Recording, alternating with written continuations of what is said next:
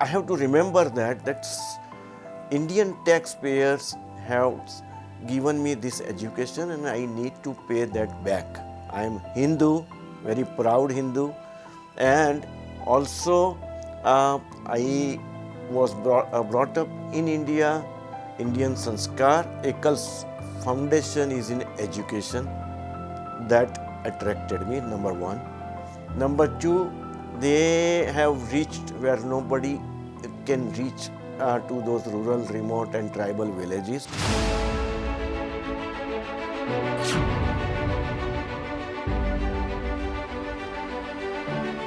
Hello everyone, this is Kangan Fauzdar, your host for this episode. You're watching our very special show, Spotlight, where we bring people's stories and initiatives that are impacting on the ground.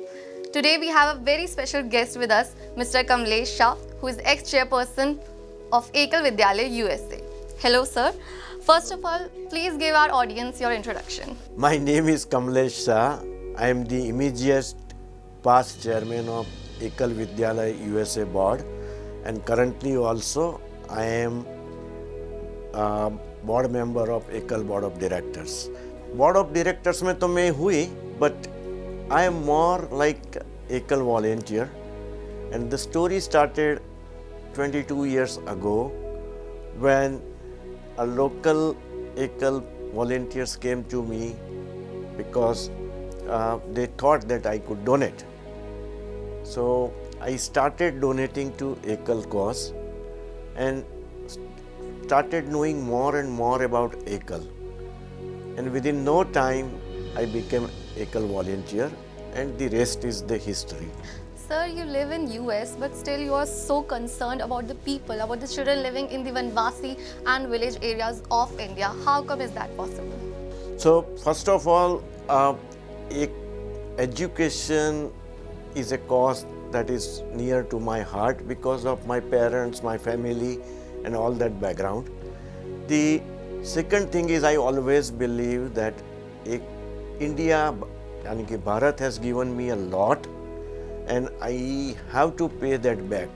When I studied engineering management in India, my fees were insignificant. So that was definitely a taxpayer subsidized system where a person from a middle class like me could study and become an engineer and a management graduate. So I have to remember that Indian taxpayers have given me this education and I need to pay that back. So that is the second cause, and of course, I was born in India. I am Hindu, very proud Hindu, and also I was brought up in India, Indian Sanskar, and also the education in India that has helped me in making me a successful businessman in the United States. So that is combining all together. I have a special affinity, a special connection for India, which I could never forget. And somehow, whatever God has given it to me, I think that it has to go back to bringing to the Indian community, making Bharat stronger.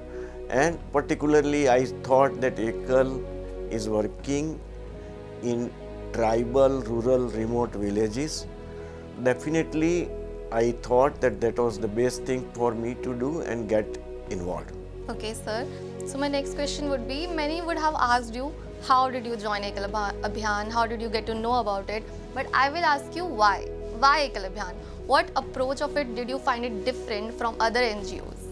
So one of the things is that Ekal's foundation is in education. That attracted me, number one. Number two, they have reached where nobody can reach to those rural, remote, and tribal villages. So that was the second cause. And the third reason is this, that Ekal is a people's movement, and Ekal is based on number of volunteers who work tirelessly all over the globe. Those are the reasons that attracted me, that this is the right organization for me to spend my money, spend my energy, and spend my time in building these communities and ultimately building a stronger Bharat. So why do you think that rural and Vanvasi children of India need this special attention, this individual attention, in spite so many government initiatives are being taken place, still it needs an individual attention and every person should do something for them? First of all, uh, whatever government benefits and incentives were there, that never reached those people. That is number one. Number two, these people needed warmth, these people needed values, and these people needed some kind of hand holding that Ekal has been able to provide by penetrating in those villages, by creating a structure, by making volunteers of those villages into their instructor, teacher, and all the network that needed to create such a vast organization. Having seen education system in America, what difference do you see in the rural education here in India? Rural education challenges were like, say, India is consisting of number of small villages where the population could be 500, 1,000, 2,000, where conventional schools are not feasible. And if those schools are not feasible, how would you literate those kids? How would you educate those kids? So Ekal provided a special system, special curriculum and a way to make these children educated and then bring them to a stage that they can go to the high schools in nearby centers and do whatever they want to do in their lives. What do you think is at stake if we leave such children behind, if there is no initiative like Ekal Abhiyan to develop them? First of all, everybody is a God's creation. And if you think that these people are useless or these people don't need any attention, that is a crime. If you are giving a service to these people, you are doing God's work, and that is the kind of approach we should have. Number two, if India is having a population of 1.4 billion people and 60% or 70% of them are in villages and many of them are in these small villages, if you leave them behind, you can never make Bharat stronger. Sir, I would like to ask something personal, some personal question like your personal experiences, stories that you have witnessed through Ekal Abhiyan and that are still there in your heart. I would say stories are many, and I have been traveling to so many Ekal villages, so many Ekal schools and skill centers. First of all, the smile, the hunger for learning something which I see in these children, that gives me confidence that India's future is bright.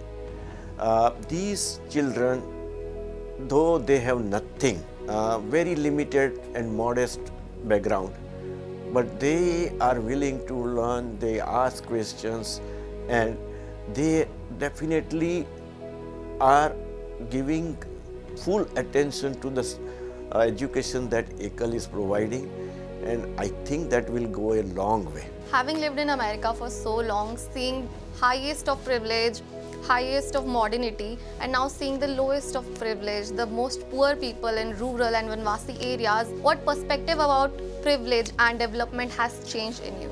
Well, definitely the comparison will never be good, because America is a kind of a well-developed, advanced country in all respects. India's background is that now it's only 75 years since we became independent, and India had to start from scratch. So lots of work to be done. Everything cannot be done by the government. People need to be involved, and people need to be involved creatively, intelligently, and That is what Ekal has done.